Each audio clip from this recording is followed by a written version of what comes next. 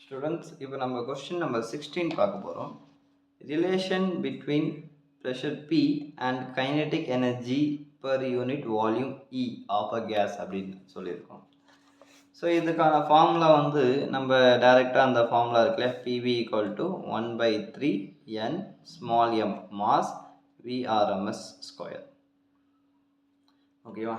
So இந்த ஃபார்முலாவிலேருந்து நம்மளால் ஈஸியாக வந்து இந்த கொஸ்டினை சால்வ் பண்ண முடியும். ஓகேவா? இந்த ஃபார்முலா தெரிஞ்சால் போதும். இந்த ஃபார்முலா வந்து ஏற்கனவே நம்ம போன வீடியோவில் பார்த்துருக்கோம். வீடியோ பார்க்காதவங்க அந்த வீடியோ பார்த்துட்டு வாங்க.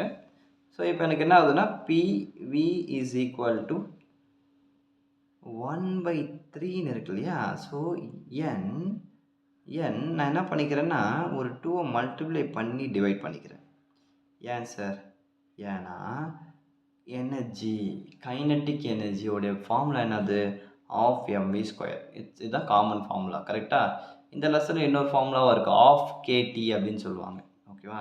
கைனட்டிக் எனர்ஜிக்கு வந்து half KT degree of freedom வந்துச்சுன்னா எஃப் இன்ட்டு ஆஃப் கேட்டின்னு வரும்.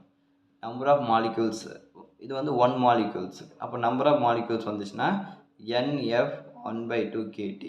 ஸோ இந்த மாதிரிலாம் இந்த லெசனில் ஃபார்முலாஸ் இருக்குது. ஆனால் இதில் இருந்து நம்ம சிம்பிளாக வந்து இதை சால்வ் பண்ண முடியும்.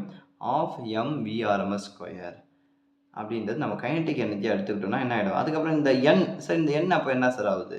அப்போ இந்த எண்ணை ஒன்றுன்னு எடுத்துக்கோங்க, 1 நம்பர் ஆஃப் மாலிகூல்ஸில் எடுத்துக்கோங்க. அப்போ எனக்கு என்ன ஆகிடுது?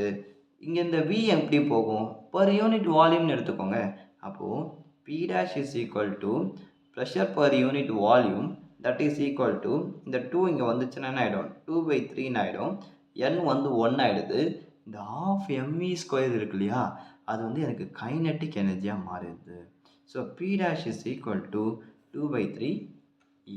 ஓகேவா? ஸோ ஆப்ஷன் ஏ தான் ஆன்சராக இருக்குது. ஓகேவா? ஆப்ஷன் ஏ தான் வந்து ஆன்சர். ஓகேவா? ரைட். தேங்க்யூ.